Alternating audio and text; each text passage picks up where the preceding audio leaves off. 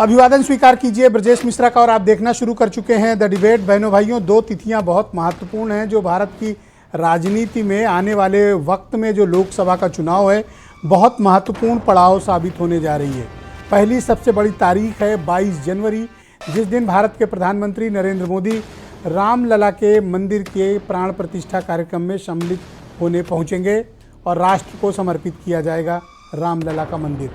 बहनों भाइयों, ये तिथि बड़ी अभूतपूर्व होगी और भारत की राजनीति को रीडिफाइन करने वाली होगी। दूसरी तारीख है 15 जनवरी, जिस दिन से राहुल गांधी नॉर्थ ईस्ट से शुरू करेंगे और उत्तर प्रदेश में 11 दिन गुजारेंगे। 20 से ज़्यादा शहरों से होते हुए उनका काफिला निकलेगा उत्तर प्रदेश में। तो यूपी की राजनीति में कांग्रेस को दोबारा से पुनर्जीवित करने के लिए राहुल गांधी का ये एफर्ट कितना कारगर होगा, क्योंकि इसके पहले प्रियंका गांधी यूपी से फेल होके गई हैं। अब बारी राहुल गांधी की है। अब देखना पड़ेगा कि राहुल के लिए उत्तर प्रदेश में क्या है, अपोजिशन पार्टीज़ में क्या चल रहा है और सीट के बंटवारे का क्या अपडेट है और क्या ताज़ा मसले हैं। हम इन सब पर आज खुली चर्चा करने वाले हैं। बहनों भाइयों, जैसे जैसे राम मंदिर के निर्माण की तिथि नज़दीक आ रही है, देश में माहौल में परिवर्तन हो रहा है। पूरे देश में राममय वातावरण है, मीडिया भी राममय है, जनता भी राममय है। और अभी 22 तारीख को तो थोड़ा वक्त है, तब तक तो ये मसला बहुत बड़ा रुख अख्तियार कर चुका होगा। आने वाले वक्त में भारत की राजनीति में वो कौन से महत्वपूर्ण कारक होंगे, कौन सी महत्वपूर्ण वजहें होंगी जो इस देश की राजनीति को रीडिफाइन करेंगी, पुनर्परिभाषित करेंगी, वो कौन से महत्वपूर्ण कारक हैं। बहनों भाइयों, राम मंदिर के मुद्दे को जो लोग भी ये कह रहे हैं कि ये मुद्दा चल नहीं रहा या ये मुद्दा अब सरकार नहीं लाने वाला है या इस मुद्दे का प्रभाव नहीं है, वो गलत है। रामलला के मंदिर का मुद्दा देश देश में है, गांव गांव में है, लोगों तक है।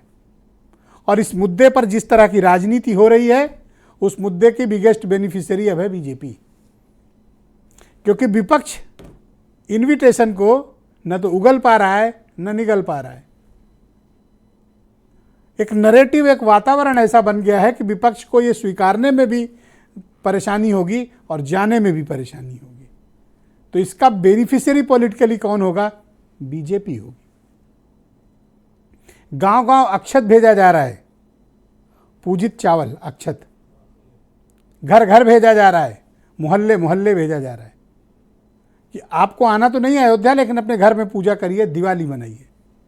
बहनों भाइयों, पूरे उत्सव में तब्दील कर दिया गया है पूरे वातावरण को। तो समाज में जब कुछ घटित हो रहा होता है, चाहे सामाजिक रूप से, सांस्कृतिक रूप से अथवा धार्मिक रूप से, उसका परिणाम और उसका वो मिलता है कहाँ जाकर?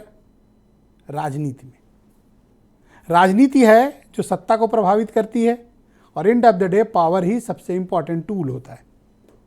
तो इन सब की शाखाएं जाकर मिलती कहाँ हैं? पॉलिटिक्स में। और कब? अब जब चुनाव है।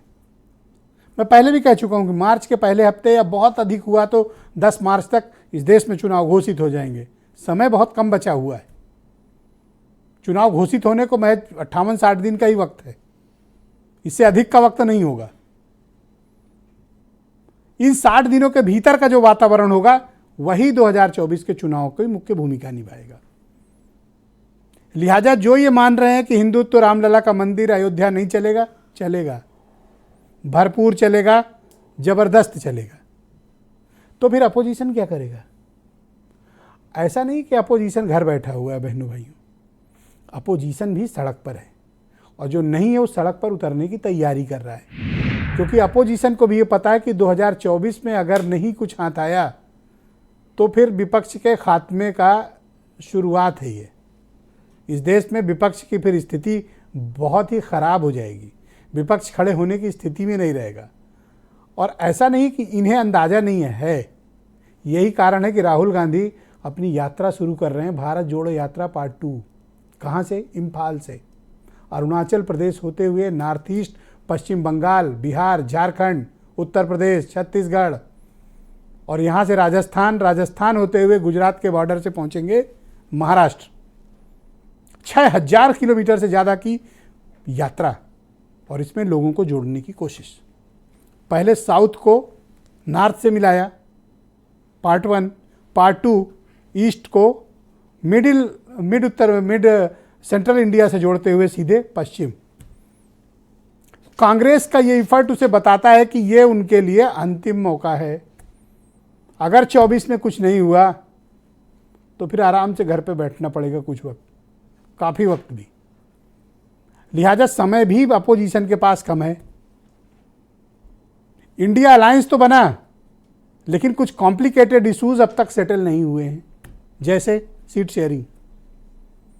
जो लोग कहते हैं सीट शेयरिंग बड़ा आसानी से हो जाएगा और कोई मुद्दा नहीं है, मुद्दा, और यही मुद्दा है। कोई अपनी ज़मीन छोड़ना नहीं चाहता है। चले जाइए पश्चिम बंगाल, चले जाइए बिहार, देख लीजिए उत्तर प्रदेश, देख लीजिए दिल्ली और पंजाब, देखिएगा अभी साउथ में। सीट शेयरिंग ही सबसे मोस्ट पॉलिटिकली कॉम्प्लिकेटेड इशू है इंडिया अलायंस के भीतर, जो अब तक सेटल नहीं किया गया है। अब तक संयोजक नेता भी तय नहीं किए गए हैं। मीडिया हो या इंटेलेक्चुअल क्लास हो या विपक्ष के लोग हों, बार बार इंगित करते हैं कि ये करना है। एक एक दिन, एक एक घंटा विपक्ष के लिए महत्वपूर्ण है। दिन, सप्ताह, महीने की तो बात छोड़िए, अब बात घंटों पे आ गई है। लेकिन विपक्ष की तैयारियां और बीजेपी की तैयारियों में भाइयों जमीन आसमान का अंतर है। भारतीय जनता पार्टी लगातार मैसिव अभियान चला रही है। मिसाल के तौर पर जो विकसित भारत अभियान है, विपक्ष को ये समझ नहीं पाया कि इस अभियान का महत्व कितना है। सरकार की योजनाएं गांव तक पहुंचा दी गई, केंद्र सरकार की, वहीं इनरोलमेंट हो रहा है, वहीं योजनाओं के रजिस्ट्रेशन हो रहे हैं और वहीं योजनाओं से आम लोग आच्छादित किए जा रहे हैं। जो छूट जाएंगे अगले चरण में पूरा होंगे। गांव गांव सरकार को पहुंचाने का काम कौन कर रहा है? विकसित भारत अभियान। और इस अभियान का मैसिव इम्पैक्ट है। विपक्ष इसको स्वीकारे अथवा ना स्वीकारे, लेकिन ऐसे कार्यक्रम, ऐसे जो जनता के बीच हैं, दिल्ली और जनता के बीच की दूरियों को घटाने के कार्यक्रम हैं। ये इनोवेटिव पॉलिटिकल आइडियाज़ हैं जो भारतीय जनता पार्टी करती है। विपक्ष को भी चाहिए कि वो जनता के बीच जाए, अपनी योजनाएं करें। कर रहा है विपक्ष, लेकिन बीजेपी जितना नहीं कर रहा है। बहुत कम लोगों को पता होगा कि कांग्रेस ने सहारनपुर से लखनऊ तक 1000 किलोमीटर की पदयात्रा उनके अध्यक्ष ने कर डाली है। अखिलेश यादव अब तक 45 से ज़्यादा जिलों में या तो प्रभारी तय किए बैठे हैं या कार्यक्रम कर चुके हैं, कर रहे हैं, लेकिन बीजेपी के मुकाबले नहीं। और बीजेपी जितनी मैसिव पॉलिटिकल पावर बनकर उत्तर प्रदेश के भीतर उभरी है, बहनों भाइयों, अभी विपक्ष की तैयारियां नाकाफ़ी हैं। आज पूरा एनालिसिस करेंगे, कुछ आप बयान सुन लें। राहुल जी को जैसा उन्होंने भारत जोड़ो यात्रा किया था, उससे ज्यादा समर्थन इस बार पूरे देश में उनको मिलने वाला है, भरपूर समर्थन मिलने वाला है। सारे लोग एकजुट हैं, सारे लोग एकदम एकसम मुट्ठी बांध कर खड़े हैं और हिंदुस्तान की इस जो तानाशाह हुकूमत है इसको उखाड़ कर फेंक देंगे 24 में। 1 साल से बन रहे इंडी गठबंधन की प्रगति यही है कि वे अभी तक ना अपना अध्यक्ष चुन पाए हैं, ना अपना संयोजक के किसी नाम पर सहमति व्यक्त कर पाए। अपनी आपसी प्रतिद्वंद्विता के कारण किसी एक निर्णय पर सहमत नहीं हो पा रहे हैं और जो भी गठबंधन एक निर्णय पर सहमत नहीं हो पाएंगे, मुझे नहीं लगता कि न तो वो अपना नेतृत्व तय कर पाएंगे, न वो नीति बना पाएंगे, ना ही सही नियत के आधार पर इस चुनाव में भाग ले पाएंगे। जो गठबंधन का मामला है उस पे हमारे माननीय राष्ट्रीय अध्यक्ष जी फैसला लेंगे, क्या होगा क्या नहीं होगा, लेकिन जनता का मजबूत गठबंधन है और 24 में माननीय अखिलेश यादव जी के नेतृत्व में उत्तर प्रदेश में ही बीजेपी के रथ को रोक दिया जाएगा। रोक ही नहीं दिया जाएगा, चकनाचूर कर दिया जाएगा। बहनों भाइयों, डिबेट को आगे बढ़ाएंगे। अनिला सिंह बीजेपी की प्रवक्ता है, हमारे साथ मौजूद है। मनीष सिंघवी कांग्रेस के प्रवक्ता हैं, फराज किदवई समाजवादी पार्टी से, अनिल दुबे राष्ट्रीय लोकदल से, राघवेंद्र कुमार द्विवेदी एसबीएसपी के प्रवक्ता और आसिम वकार एमआईएम के राष्ट्रीय प्रवक्ता और उत्तर प्रदेश के प्रभारी, वीरेंद्र सिंह जी हमारे स्टेट हेड। आप सभी का बहुत शुक्रिया और धन्यवाद मेरे साथ इस कार्यक्रम में शिरकत करने के लिए। कार्यक्रम की शुरुआत मनीष हिंदवी जी मैं आपसे करना चाहता हूँ। क्या राहुल गांधी की पदयात्रा या उनकी जो भी यात्रा अब निकलने जा रही है, ये कांग्रेस को पुनर्जीवित कर पाएगी उत्तर प्रदेश में? ब्रजेश जी, अगर आप देखिएगा तो जब भारत जोड़ो यात्रा शुरू हुई थी तो पहला 1 महीना किसी भी मीडिया चैनल ने उनको तवज्जो तक नहीं दी थी। ये जनता के बीच की आवाज थी जो मजबूरी बनकर दिखाना पड़ा था लोगों को। लाखों लोग सड़क पर उतर आए थे। जब हम नीचे से चलना शुरू किए थे तो महाराष्ट्र आते आते लोगों की मजबूरी हो गई थी दिखाना, क्योंकि लाखों लोग सड़क पर आ गए थे। और उस भारत जोड़ो यात्रा का परिणाम था कि आप ये देखिए कि पूरा भारत एक सूत्र में बन गया था और कांग्रेस एक बहुत ताकत के साथ दिखने लगी थी। हमने हर स्टेट में उसको फॉलो किया है और यूपी में खास तौर पे अगर आप देखिएगा तो अभी आप जिस यात्रा की बात करते हैं, यूपी जोड़ो यात्रा 20 दिसंबर से शुरू हुई थी और कल 18 दिन पैदल चलने के बाद लखनऊ पहुंचेगी। आज भी लखनऊ में थी और कल भी लखनऊ में रहेगी। 18 दिन 1000 किलोमीटर से ऊपर चले हैं, गांव-गांव चले हैं, कस्बे चले हैं, शहर में गलियों में गए हैं, हम लोग पैदल चले। माननीय अजय राय जी जो हमारे प्रदेश अध्यक्ष हैं, उन्होंने उस यात्रा को मतलब एक एक आदमी तक और लोगों से मिले हैं, जुले हैं, बात की है। मकसद क्या है इन यात्राओं का? इन यात्राओं का मकसद है जमीन पर के लोगों से मिलना, बात करना, उनकी समस्याओं को समझना। आप जब तक जमीन पर नहीं उतरेंगे आप कैसे ये सिद्ध करेंगे कि आप विपक्ष हैं? विपक्ष का काम क्या है? जनता से मिलना, उनकी समस्याओं को समझना और उनकी समस्याओं को उठाना। जैसे आज हम यात्रा कर रहे थे, आज की ही बात कर लें हम मड़ियाओं से पैदल निकले रकाबगंज के लिए। रास्ते में कूड़े का ढेर था। प्रदेश अध्यक्ष जी ने रुक कर जो मीडिया पर्सन उनके साथ थे उनके साथ उधर इशारा किया, दिखाया, समस्या को इंगित किया, उठाया ना मुद्दा। हम एक बहुत छोटी सी मुद्दा आप छोटी सी बात आपसे कर रहे हैं। विपक्ष का काम यही तो है, सवाल उठाना। और अगर हम घर बैठ जाएंगे तो सवाल कहां से उठा पाएंगे? तो हम जमीन पर जाकर ही सवाल उठा पाएंगे, हम जमीन पर जाकर ही कनेक्ट कर पाएंगे। 20 दिन की पदयात्रा करके आप कांग्रेस को पुनर्जीवित कर लेंगे? हम 20 दिन बस 20 दिन की पदयात्रा नहीं है, हम लगातार चल रहे हैं। जैसे हम एक एग्जांपल और आपको दे दें, यात्रा के दरमियान ही हम लोगों को पता चला, जब हम बरेली में थे उस दिन, पता चला कि मेरठ में 2 दलित पार्षद जो हमारे पार्टी के नहीं हैं उनको भाजपा के लोगों ने मारा। भाजपा के एक मंत्री थे और एक एमएलसी थे। अध्यक्ष जी बरेली से तुरंत चले गए मेरठ के लिए। सवाल इस बात का है, हम कनेक्ट कर रहे हैं, हम लोगों की समस्याओं में उनके साथ खड़े हो रहे हैं। आप हाथरस से लेकर इधर देख लीजिए, कौशाम्बी से लेकर कहां, अगर कहीं कोई समस्या है, कहीं कोई पीड़ित है, कहीं कोई शोषित है, तो माननीय अजय राय तुरंत पहुंच जा रहे हैं। सवाल है कि राहुल गांधी यूपी में कुछ ज्यादा ही टाइम दे रहे हैं, यहां आप अपने ही पार्टनर्स को डिस्टर्ब करने की योजना पर काम कर रहे हैं? बिल्कुल कतई नहीं। हमने पहले भी कहा था कि जब सीट शेयरिंग होगी, हमारे हिस्से जो भी सीट आएगी, आरएलडी के हिस्से जो भी सीट आएगी, सपा के हिस्से जो भी सीट आएगी, लेकिन मिलेंगे तो सब लड़के ना। अगर हम ग्राउंड पर मजबूत नहीं रहेंगे तो हम सपा की या आरएलडी की या अपने अन्य किसी भी गठबंधन के पार्टनर की मदद क्या कर पाएंगे? राहुल जी बहुत ज्यादा तो हो सकता है कि आप उन्हीं का शेयर खींचना चाहते हैं। कोई शेयर नहीं खींचना, वरना देखिए कि 20 से ज्यादा जनपद और 11 से ज्यादा दिन सर्वाधिक वक्त यूपी में राहुल गांधी गुजार रहे हैं। यूपी के दिल से ही दिल्ली का रास्ता निकलता है, तो यूपी बहुत महत्वपूर्ण है। अपने पार्टनर्स को कमजोर तो नहीं करना चाहिए? एकदम कतई नहीं। अगर आप देखिएगा तो भाजपा की फुल मेजॉरिटी। अंतिम सवाल की प्रियंका गांधी तो यहाँ से फेल होके गई? नहीं, फेल नहीं हुई थी। उन्होंने जो सिस्टम खड़ा किया था आज वही काम आ रहा है। प्रियंका गांधी जी ने जो, देखिए पिछली बार का चुनाव 1-1 हो गया था और कोई भी आदमी एकदम गौड़ हो गया था, कोई भी पार्टी गौड़ हो गई थी। प्रियंका जी ने जो सिस्टम बना दिया था आज वही काम आ रहा है। बहुत शुक्रिया आपको। मैं अनिला सिंह जी को आमंत्रित करता हूं डिबेट में, भारतीय जनता पार्टी की प्रवक्ता हैं। अनिला जी आपका शुक्रिया। मैं आपसे जानना चाहता हूं कि क्या आपके लिए राम मंदिर हिंदुत्व ही बड़ा मुद्दा होगा, और क्या आपको ये अंदाजा है कि अपोजिशन जिस तरह से ग्राउंड पर काम कर रहा है, पदयात्राएं, न्याय यात्राएं, भारत जोड़ो अभियान, राहुल गांधी की यात्राएं, आप इसको लेकर कुछ दबाव महसूस कर रही हैं? मेरी सबको राम राम।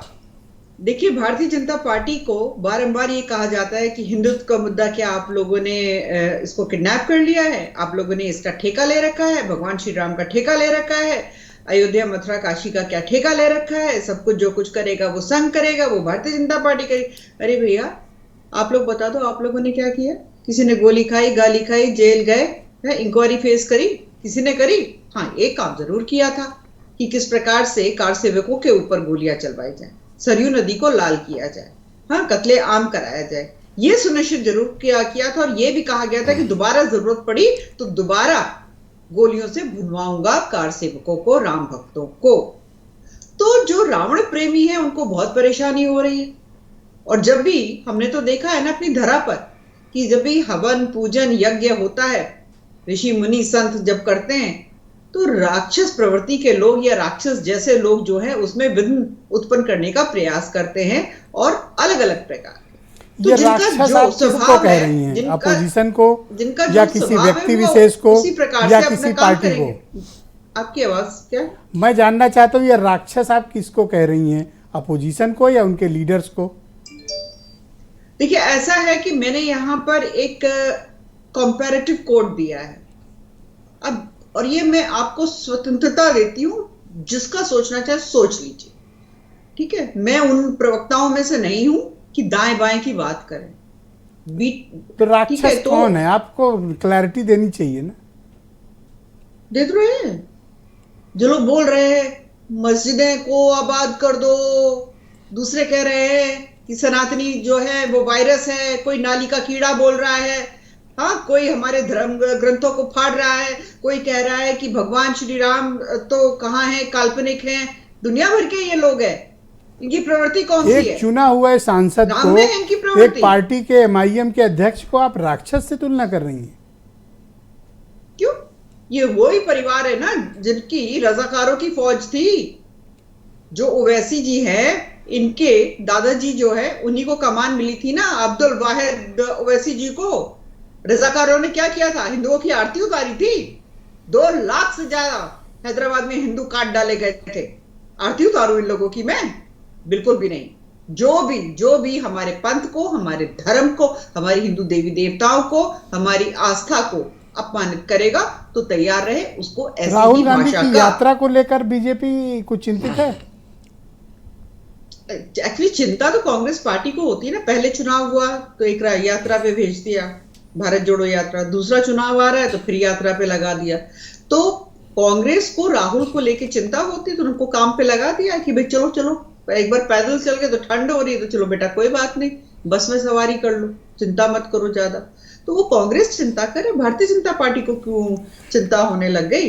अरे हम तो दिन रात काम करते हैं, ऐसे थोड़ी ना कि चुनाव से पहले यात्राओं में निकल जाए, jingle bells Rahul on the way, तो ऐसा थोड़ी ना है। भारतीय जनता पार्टी कार्यकर्ताओं की पार्टी शुक्रिया, है, हमारे साथ शासक जुड़े पार्टी। रहिएगा। मैं आसिफ वकार साहब को इनवाइट करता हूं इस डिबेट में। वकार साहब, हालांकि मैंने आपसे संबंधित प्रश्न किया नहीं था, लेकिन भारतीय जनता पार्टी को आपसे क्या इतनी दिक्कत है?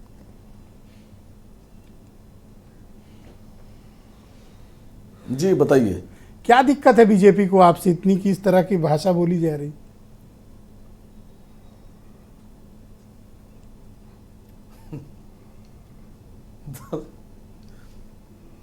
थोड़ा ठंड पड़ने दीजिए। और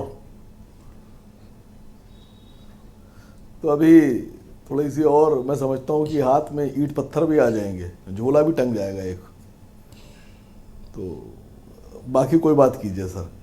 नहीं, मुझे अब आप बताइए कि राहुल गांधी जिस तरह पदयात्रा लेकर निकले हैं, अपोजिशन भी अपनी तैयारी कर रहा है, क्या आप मानते हैं कि बीजेपी, जिनको आप हराने की बात हमेशा करते हैं, क्या अपोजिशन की तैयारियां बीजेपी से निपटने के लिए पर्याप्त हैं? नहीं सर, देखिए, हम लोग तो हमेशा से भारतीय जनता पार्टी को हराने के लिए तत्पर हैं, और आप भी जानते हैं और बाकी लोग भी जानते हैं कि बाकी किसी की गारंटी हो या ना हो, लेकिन सर हमारी गारंटी तो है कि हम दिल से चाहते हैं कि बीजेपी की सरकार हटे, मोदी जी गद्दी से हटें, कोई सेकुलर सरकार देश में कमान संभाले। हम अपनी पूरी कोशिश जारी रखे हुए हैं। अब बाकी लोगों को मैं खाली इतना कहना चाहता हूँ, आपने कांग्रेस की बात की तो मैं सिर्फ इतना कहना चाहता हूँ कि ये है कांग्रेस, ये कांग्रेस, ठीक है। इसमें कांग्रेस में ये तो कांग्रेस है, ये हिंदू, मुस्लिम, सिख, ईसाई, दलित। अब कांग्रेस ये चाहती है कि ये सब मार दिए जाएं, इनको कोई ताकत ना दी जाए, इनको कुछ ना दिया जाए, इनको जीरो कर दिया जाए, इनका हक मार लिया जाए और ये जिंदा रहे और पूरी कांग्रेस जो है वो आगे बढ़ती रहे। सर पॉसिबल नहीं है। अगर ये बनाना है तो मुसलमान, सिख, ईसाई और दलित, इन सबको बराबर हक देना होगा। और अगर आप ये नहीं कर सकते हैं तो फिर आप ये हो जाएंगे, ये तो अगर आप ये नहीं बनना चाहते हैं तो फिर आप इसमें सबका हक दीजिए, सबके ऊपर आरोप लगाना बंद कीजिए। आपको सबका वोट तो चाहिए, लेकिन आप लीडरशिप किसी की नहीं देना चाहते। और आपको खाली इतना सा बताना चाहता हूं कि छोटी सी बात पर इनके पास सिर्फ एक अल्फाज है कि फला बीजेपी का एजेंट, फला बीजेपी से मिला, फला बीजेपी के लिए काम कर रहा है। अभी आपने देखा होगा कि जो 5 राज्यों के चुनाव हुए उसमें उत्तर प्रदेश के अध्यक्ष अजय राय साहब ने बड़ी चिल्लाकर कहा कि समाजवादी पार्टी और अखिलेश यादव तो बीजेपी के एजेंट हैं। समाजवादी पार्टी ने कहा कांग्रेस बीजेपी के एजेंट है, कांग्रेस पार्टी ने कहा आम आदमी पार्टी अरविंद केजरीवाल बीजेपी के एजेंट है। तो सर अब ये एजेंटी वाला जो खेल है ना, ये तो खत्म। ये सब आपस ही में एक दूसरे को कमरे में इकट्ठा हो जाते हैं और एक दूसरे को तुम एजेंट तुम एजेंट तुम एजेंट तुम सर एजेंट। आप भी तो गए थे चुनाव लड़ने इन 5 राज्यों में, पता है ना क्या हुआ है तेलंगाना छोड़ के? राजस्थान में आपके सारे कैंडिडेट को मिला के 1490 वोट मिले थे, 1500 वोट तक नहीं पाए आप। आपको तो कटवा भी नहीं कह सकता सर मैं। मध्य प्रदेश में हमने 2 सीटें लड़ाई। एक सीट जो बुरहानपुर की थी, वहां पर हमारे कैंडिडेट को 2nd पोजीशन मिली और कांग्रेस की जमानत जब्त हो गई। मध्य प्रदेश में 2 सीटें लड़ाई क्यों, ये भी सुन लीजिए आप। पूरे मध्य प्रदेश में 230 विधानसभाओं में कांग्रेस ने सिर्फ 2 मुसलमान टिकट बांटे, सिर्फ 2 मुसलमानों को टिकट दिया। बुरहानपुर, हम मध्य प्रदेश नहीं लड़ाना चाह रहे थे, बुरहानपुर के लोगों ने बगावत कर दी जी और आके मजलिस इत्तेहादुल मुस्लिमीन के ऑफिस को घेर लिया कि नहीं साहब आप नहीं लड़ाइएगा, हम निर्दल लड़ेंगे, हम कांग्रेस से नाराज हैं, कांग्रेस ने हमारा हक मारा है। घूम फिर कर मुसलमानों पर ही आकर क्यों अटक 7 जाती बार है सर? अरे सुनिए तो सर, 5 बार के सभासद ने टिकट मांगा था कांग्रेस से, कांग्रेस ने नहीं दिया।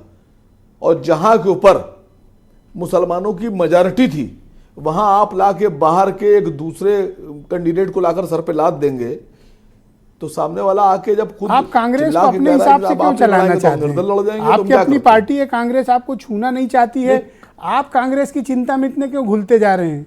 यहाँ आपको राक्षस कहा गया, आपके अध्यक्ष को हम आपको नहीं चाह जवाब रहे नहीं कांग्रेस सूझा। को चलाना। नहीं सर, हम कांग्रेस को अपने तरीके से चलाना नहीं चाहते हैं, हम कांग्रेस के हिसाब से चलना नहीं चाहते हैं। यही तो बात है। आप समझिए, समझ आप सब रहे हैं। मैंने ये आपसे कौन कहा सी ना बात कि ये है, अगर कांग्रेस ये निशान है, लेकिन इस निशान में वो सबको खत्म कर रही है, ये बच रही है। नहीं, जो आपत्तिजनक बात कही ये उस इसको पर आप आपकी बात नहीं तंज मत समझिएगा जी। ये सबक समझिए, सबक। ठीक है सर, मैं फराज की दुआई को आमंत्रित करता हूं। समाजवादी पार्टी के प्रवक्ता हैं फराज भाई, आपका शुक्रिया। मैं आपसे जानना चाहता हूं कि अब तक आपके कॉम्प्लिकेटेड पॉलिटिकल इश्यूज सेटल नहीं हुए हैं, न सीट शेयरिंग पर बात हुई है, न संयोजक पर बात हुई है, न लीडर पर बात हुई है, और न अब तक बंटवारा हुआ है कि कौन सी सीटें कहाँ लड़ेगा। आपको अंदाज़ा है कि चुनाव कहाँ तक पहुँच चुका है?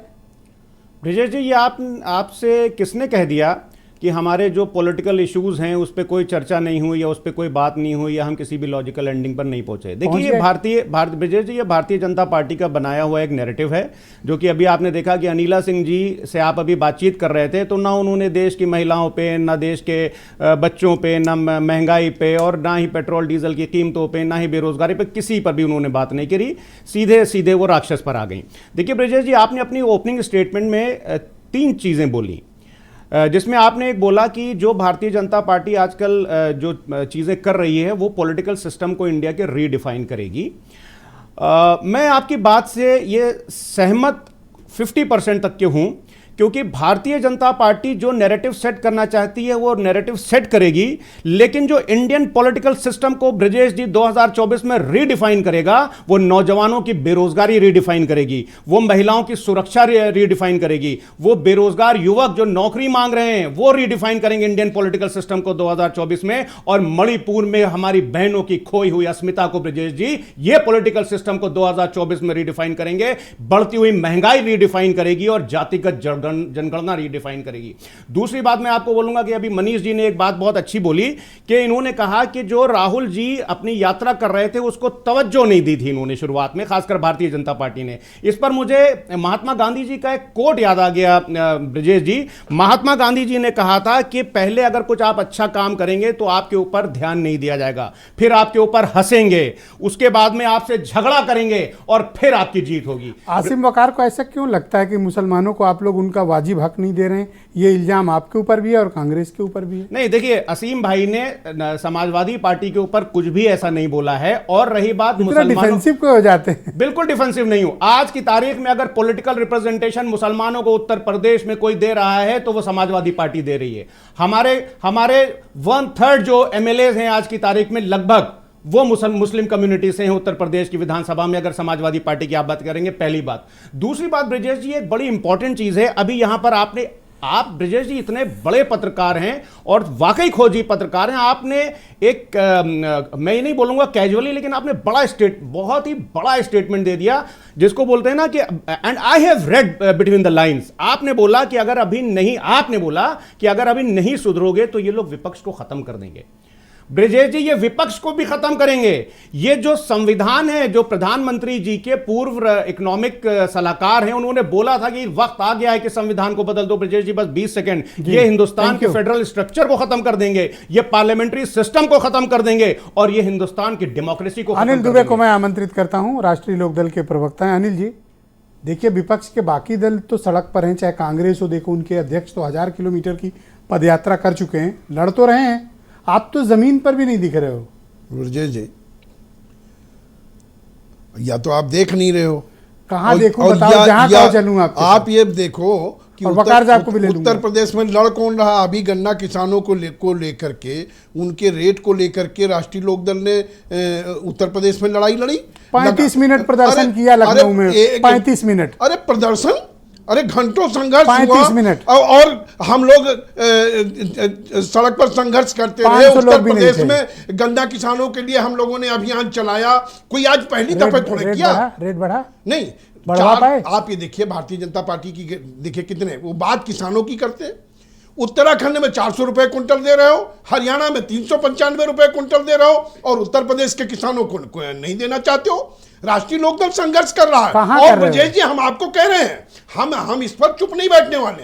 राष्ट्रीय लोकदल आर पार की लड़ाई गन्ना किसानों के लिए लड़ेगा। कब लड़ोगे? किसानों को उनका समर्थन मूल्य दिलाने के लिए हम लड़ेंगे। कब लड़ोगे? हमारे नेता गांव-गांव जा रहे हैं। हमारे नेता चलो गांव की ओर नारा दिया है। एक एक करके ये गन्ना किसानों के लिए कब लड़ोगे? नहीं, गन्ना किसानों के लिए फिर लड़ेंगे, फिर कोई डेट तय करेंगे। 35 मिनट। और नहीं, बिल्कुल लड़ेंगे, पार्लियामेंट चुनाव के पहले लड़ेंगे और लगातार लड़ेंगे। क्यों चिल्ला रहे हो? आराम से बात नहीं, करो। आप इतना क्यों उग्रता दिखा रहे हो? आप उग्रता नहीं, आराम से बात करो। आपने सवाल उठाया, ये कब लड़े हो? जो पार्टी गन्ना किसानों के नाम पर खड़ी, कौन सी लड़ाई लड़ी है? नहीं, आप ये बताइए कि हमने गन्ना क्या रेट है अभी? किसान संदेश अभियान हमने चलाया। उत्तर प्रदेश में गन्ना किसानों के लिए जिला स्तर पर प्रदेश स्तरीय प्रदर्शन हमने किए। हमारे नेता गांव-गांव जा रहे हैं, पंचायत कर रहे हैं। हमारे नेता पूरे पश्चिमी उत्तर प्रदेश में किसान पंचायतें कर रहे हैं। किसानों के लिए संघर्ष हुआ तो राष्ट्रीय लोकदल और राष्ट्रीय लोकदल के नेता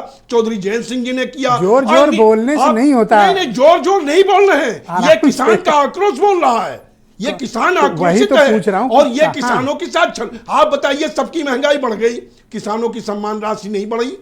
मैं पेट्रोल डीजल के दाम बढ़ गए, गैस के दाम बढ़ गए, सारी चीजों के दाम बढ़े, लेकिन नहीं बढ़ा तो किसानों के गन्ने का मूल्य नहीं बढ़ा, नहीं बढ़ा तो किसानों का क्या आलू समर्थन मूल्य नहीं बढ़ा, किसानों का गेहूं धान किसी चीज का आपने मूल्य नहीं बढ़ाया। तो आप तो किसानों के साथ अन्याय कर रहे हो, बात किसानों की कर रहे हो। जब आपसे बात की जाती है तो राम मंदिर की बात करने लगते हो, उसके अलावा आपके पास कुछ है ही नहीं। दुबे जी, अगर आप सरकार को जवाबदेह बनाएं, सरकार पर जवाब की आप दबाव डालें, आंदोलन करें, तब तो सरकार जवाब देगी ना। एक से सुन लो, और 35 मिनट आंदोलन करके आप सरकार से जवाब ले लोगे? आप बताओ, आप होते मुख्यमंत्री जवाब देते? नहीं देते। नहीं, क्यों आंदोलन का 35 मिनट हो रहा?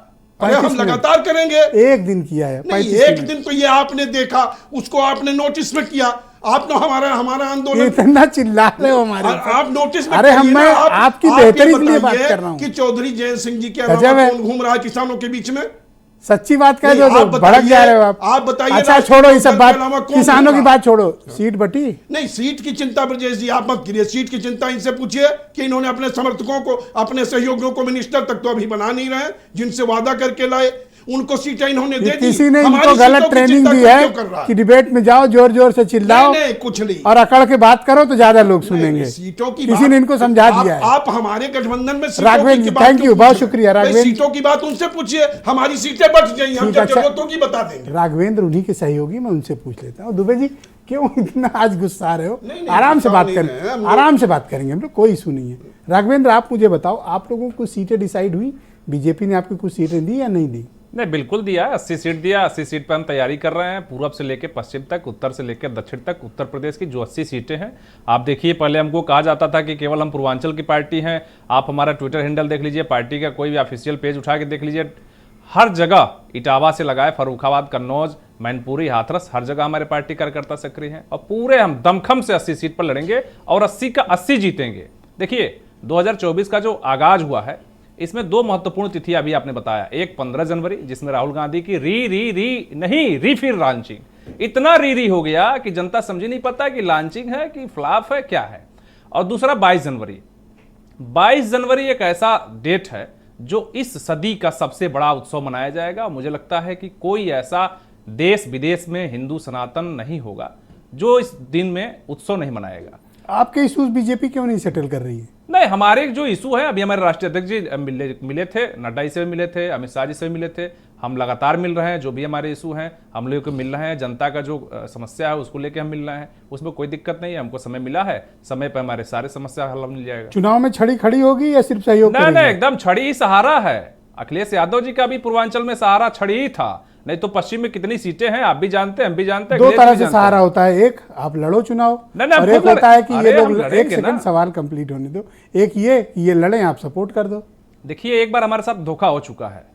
2022 के चुनाव में जब हम एकदम प्रण लिए थे कि अखिलेश जी को मुख्यमंत्री बनाएंगे, तो अखिलेश जी अंधेरे में रख के सीट तो हमको दे दिए, लेकिन अंतिम दौर में प्रत्याशी अपने दे दिए, अपने सिंबल पर दे दिए।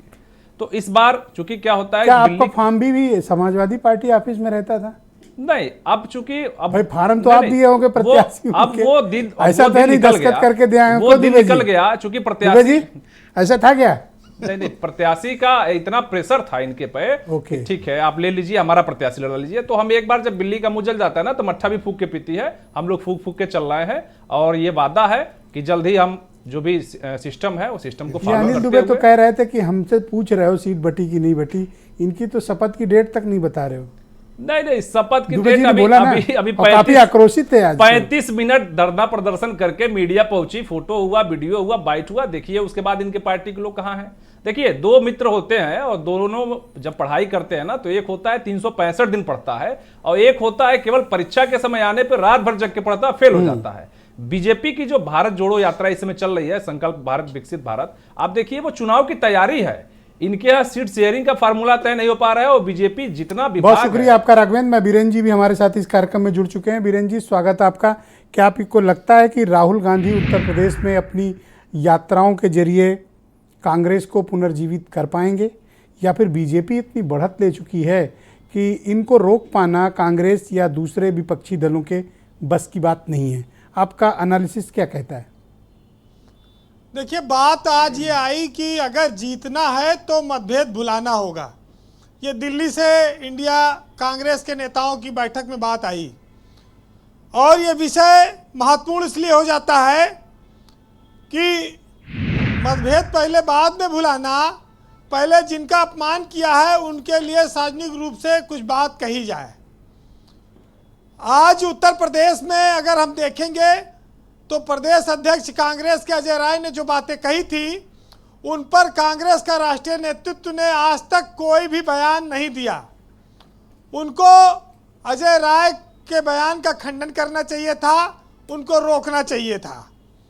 जिसमें गठबंधन धर्म का जब पालन करने की बात आई तो अजय राय विफल रहे हैं अखिलेश यादव के साथ गठबंधन धर्म निभाने में, और कांग्रेस को इस बात पर पहले खेद जताना चाहिए था। कोई पार्टी राष्ट्रीय स्तर पर बड़ी हो सकती है, लेकिन उसका ये मतलब नहीं है कि उसकी गलत बात भी सही मानी जाएगी। पहले अपमान करो फिर प्यार करो, ये सियासत में कैसा गठबंधन है, इस पर भी प्रकाश डालना होगा। ब्रजेश जी, जीत हार तो तब तय होगी जब आपके पास जातीय समीकरण मजबूत होगा, गठबंधन मजबूत होगा और एक दूसरे के प्रति आदर और सम्मान का भाव होगा। लेकिन अभी ऐसा कुछ इंडिया गठबंधन में बहुत दिखाई नहीं देता जी। देखिए, बड़े दलों में एक अहंकार की समस्या है कि वो क्षेत्रीय दलों को छोटा समझते हैं, उनको वो अपना बड़ा भाई मानने के लिए तैयार नहीं हो पाते, और कांग्रेस के साथ भी उत्तर प्रदेश में ये समस्या है। राहुल गांधी देश में चाहे जितनी यात्राएं निकालें, लेकिन उत्तर प्रदेश में वो कितना चमत्कार कर पाएंगे जब उनके पास ना तो कोई जातीय वोट है, वोट बैंक है, ना तो कोई बहुत ज़्यादा उनके पास कार्यकर्ता है। अगर कांग्रेस सिर के बल भी खड़ी हो जाए उत्तर प्रदेश में, तो उसको बीजेपी से मुकाबला करने के लिए समाजवादी पार्टी की ही जरूरत पड़ेगी जी। और अब ऐसे समीकरण में अगर मतभेद भुलाना है, मतभेद भुलाकर खड़े होना है, तो भी सबको साथ लेने में, सीटों के बंटवारे में मायावती देखिए अलग हैं।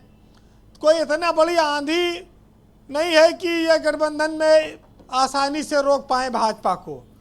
भाजपा के पास इस समय हिंदुत्व पूरे देश में उफान पर है, उनके पास हर जात का वोट बैंक है, हर तरह के लाभार्थी लोग हैं, संगठन बहुत मजबूत है, इतने कार्यक्रम और यात्रा ये चलाए रहते हैं कि उसी में इनके नेता दिन भर गाँव में। मैंने एक बात कही थी कि विपक्ष के कई दल ऐसे हैं जो बूथ गठन की झूठी रिपोर्ट अपने मुख्यालयों को भेजते हैं। भाजपा में ये झूठ नहीं चल सकता, वहाँ पर उनके पन्ना प्रमुख तक भी चिन्हित हैं। लेकिन आप बहुत सारी पार्टियों के बूथों के गठन की लिस्ट अगर उठाकर देखेंगे, मौके पर सत्यापन होगा तो फर्जी निकलेगा। तो जब ये खुदे फर्जी वाले में शुरू से लिप्त हैं, तो ये चुनाव किस मजबूती से लड़ेंगे? पता लगा बस्ता ही न लाग पाए, बूथ पे गायब हो जाएंगे। ब्रजेश जी, मतभेद भुलाने की बात अगर कांग्रेस को काफी पहले याद आ जाती, तो जो इनके नेताओं ने मध्य प्रदेश के चुनाव में एक शगुफा छोड़ा कि अगर अखिलेश नहीं तो मायावती के साथ गठबंधन कर लिया जाएगा। बिल्कुल। 5-0 से हम आगे जा रहे हैं 5 राज्यों में, अभी परिणाम आने दीजिए। तो कांग्रेस का अहंकार बहुत चरम पर चला गया था, उसकी हार की वजह से वो तापमान ठंडा हुआ। नहीं तो ये अखिलेश के वोट बैंक को तो अपना मान चुके थे मुसलमान को, और मायावती के साथ दलित वोट के जुगाड़ में लग गए थे। तो यहाँ पर इनको हाथ इनके खाली रह गए, गर्मी थोड़ी ठंडी पड़ गई। ये सच्चाई है। जो गठबंधन में आज खराबी आई है वो सिर्फ कांग्रेस की वजह से है उत्तर प्रदेश में। अब बात आती है कि अगर आप मोदी से लड़ने जा रहे हैं तो बीजेपी के मुकाबले आपके पास क्या योजना है? कितना रोजगार देंगे? सिलेंडर कितने का देंगे? 82 करोड़ को जो राशन मिल रहा है उसका क्या विकल्प है? महिला सुरक्षा, स्वास्थ्य पर क्या है? जनधन, उज्ज्वला, प्रधानमंत्री आवास, इन सब पर भी उनको सफाई देनी होगी। बहुत सारी चीज़ें ऐसी हैं जो अपने आप में विचित्र हैं, अलग अलग हैं, लेकिन उन पर समय रहते बात कांग्रेस नहीं कर पा रही है, उसका फोकस नहीं है। ब्रजेश जी, जब कहते हैं कि जब आग खुद के घर में लगी हो तो घी नहीं छिड़कना चाहिए। कांग्रेस आज देश में कमजोर है, उसको अपना लहजा थोड़ा नरम रखना पड़ेगा और उसको पानी का भी इंतजार करना पड़ेगा कि कहीं से आवे तो आग बुझाई जाए। लेकिन विपक्ष के साथ एक समस्या और है कि मीडिया, सोशल मीडिया पे भाजपा कितना तगड़ा वार है कि मैं सर के बल गिरा था गुनाहों के बोझ से, जी वीरेंद्र जी, और दुनिया समझ रही कि सजदे में पड़ा है, और सजदे में जब गया तो लोगों ने कहा कि जालिम ने इतनी पी है कि मधोश पड़ा है। तो हर चीज की व्याख्या ऐसी हो जा रही है कि कांग्रेस वहां से निकल ही नहीं पा रही है। जी, बहरहाल कंक्लूड करें जी। एक साहित्य सुनिएगा कि अपने अपने हिस्से की काट लीजिए और अपनों को पहले जरा छांट लीजिए, और हाथ में जब आए सरकारी खजाना तो दोस्तों फिर आराम से बांट लीजिए। और सभी ने देखी हैं अपनी संभावनाएं, फिर आप भी क्यों ना बांट लीजिए। और सार ये बचा है यारों कि देश को काट सको जितना उतना काट लीजिए। बहुत शुक्रिया वीरेंद्र जी, आपका बहुत बहुत धन्यवाद ग्राउंड जीरो से अपने फीडबैक, इनपुट और ऑब्जर्वेशंस हमें उपलब्ध कराने के लिए। बहन भाइयों, इस परिचर्चा को आगे बढ़ाएंगे। कांग्रेस के प्रवक्ता मनीष हिंदवी मेरे साथ मौजूद हैं। मनीष जी, मैं आपसे जानना चाहता हूं कि राहुल गांधी 11 दिन उत्तर प्रदेश में हैं, क्या राजनीतिक मकसद है आपका इन यात्रा के जरिए? इशू क्या है आपका?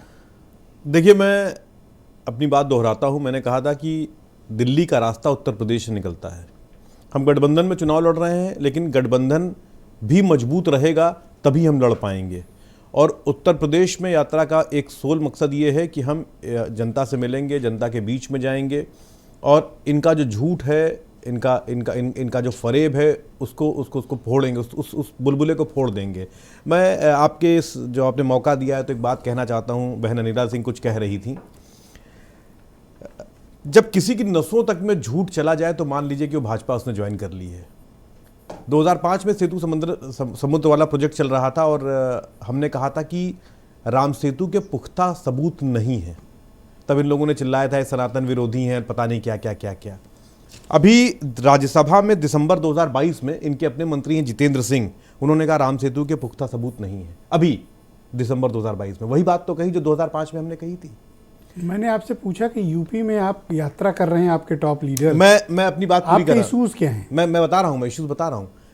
इश्यूज तो हम ही उठा रहे हैं, मैं यहीं से बात ले जा रहा हूं। इश्यूज तो हम ही उठा रहे हैं, क्योंकि जो बात हमने 5 में कही 22 में इन्होंने कही। इन्होंने हमको सनातन विरोधी घोषित कर दिया, इसलिए क्योंकि आपने एक सवाल इनसे पूछा और उन्होंने उस सवाल का जवाब नहीं दिया। सिर्फ कार सेवक, मंदिर, मस्जिद, राक्षस, देवता, इसके इतर अगर कोई बात ये करते हो तो बताइए। बेरोजगारी की बात हम उठा रहे हैं, गर्भवती महिलाओं में एनीमिया बढ़ गया है, बच्चों में एनीमिया बढ़ गया है, ये हम उठा रहे हैं। हम ये कह रहे हैं कि महंगाई है इस देश में, हम ये कह रहे हैं कि इकोनॉमिक सिस्टम फेल कर रहा है, हम ये कह रहे हैं इस देश पे कर्जा बढ़ता जा रहा है। ये बात उठा कौन रहा है? ये बात तो हम ही उठा रहे हैं। ये कहां उठा रहे हैं? अभी अपनी पूरी यूपी जोड़ो यात्रा में जो हम सहारनपुर से लखनऊ तक आए हैं, हमने हर जगह बात उठाई है। हमने हर जगह जहां मीडिया ने हमें कवर किया, हमने आम आदमी के मुद्दों को उठाया है। हम जानते हैं, क्योंकि हम जानते हैं इस बात को कि धर्म सियासत का मुद्दा नहीं है, धर्म एक निजी आस्था है। मंदिर आपका मुद्दा चल नहीं रहा जनता के बीच, कितना भी बोल लो।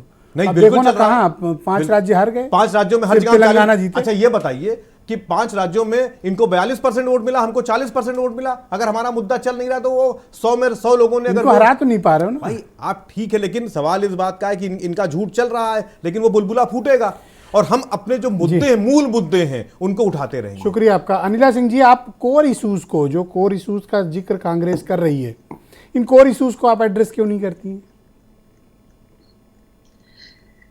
देखिए, ऐसा है कि कांग्रेस पार्टी तो गुरु माँ है, भ्रष्टाचार की गुरु माँ है, तुष्टीकरण की गुरु माँ है, तो उनको तो कुछ दिखाई देगा नहीं। काम की बातें तो उनको दिखाई देती नहीं, समझ में नहीं आती। एक सेकंड कंप्लीट करेंगे उनको, तो समझ में आती नहीं जी। अगर ह्यूमन डेवलपमेंट के हम वर्टिकल्स की बात करते हैं, इंडेक्स की अगर हम बात करते हैं, उनको समझ में आएगा ही नहीं।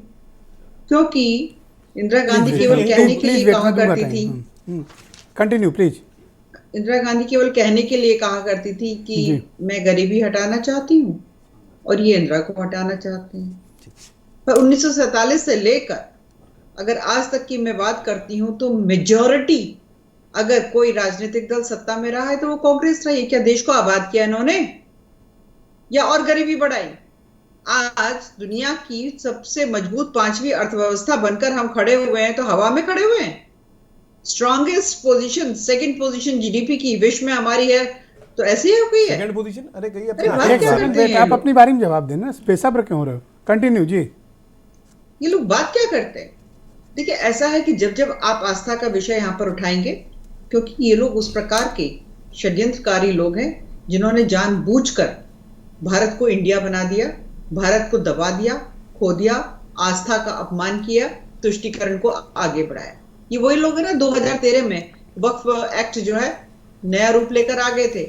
आज की तारीख में ब्रजेश जी क्यों नहीं बताया जाता है, चैनल्स पे भी क्यों नहीं बताया जाता है? अगर वक्फ बोर्ड के 2 लोग जाकर किसी भी प्रॉपर्टी पे खड़े हो जाएं और कहें कि ये वक्फ की प्रॉपर्टी है, एकदम झूठ, तो जिसका वो मकान, दुकान, बिल्डिंग है वो कुछ नहीं कर सकता है, वो कोर्ट में अपनी गुहार भी नहीं लगा सकता है। अच्छा, अनिल दुबे की तकलीफ ये है कि भाई गन्ना किसानों के इशू क्यों नहीं एड्रेस किए जा रहे हैं?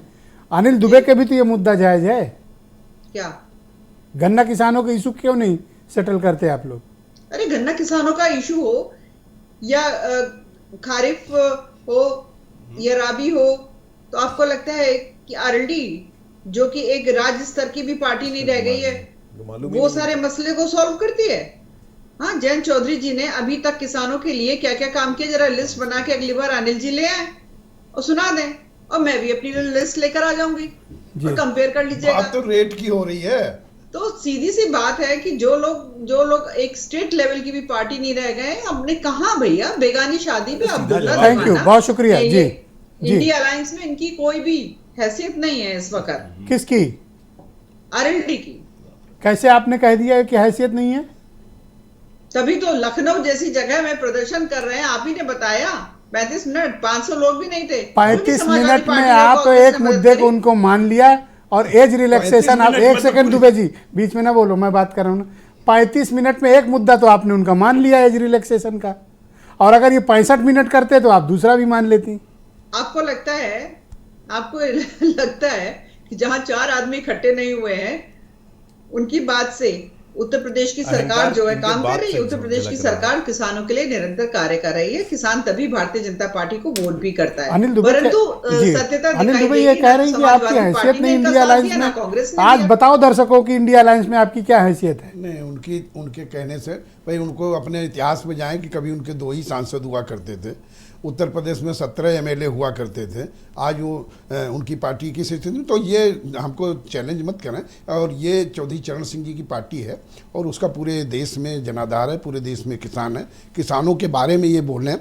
अगर ये कहती है कि गन्ना किसानों को हम रेट दिलाएंगे, उस पर तो इन्होंने कोई जवाब नहीं दिया। 400 रुपये आपके बगल में उत्तराखंड में भारतीय जनता पार्टी की सरकार है, वो 400 रुपये दे रही। अनिला जी बताओ कि उत्तर प्रदेश में 400 रुपये कब गन्ना किसानों का होगा? आलू का समर्थन मूल्य कब घोषित करने की बात करेंगे? ये महंगाई को कब करने की बात करेंगे? सिंचाई के लिए इनको बता दो इतनी सीटें मिल रही, ये हैसियत है हमारी, इनको जवाब दे दो। नहीं, इनको हम सीटें क्यों? मुंह बंद कर दो उनका। ये बताओ ना कि ये राजभर जी को मंत्री कब बनवाएंगी? ये बताओ कि ये दारा सिंह चौहान को कब मंत्री बनवाएंगी? ये बताओ कि ये संजय निषाद को, अपना दल को, राजभर जी को कितनी सीटें देंगी? उस पर ये बात करें। हमारी तो हमें जो जो बताना वो हम बता दें।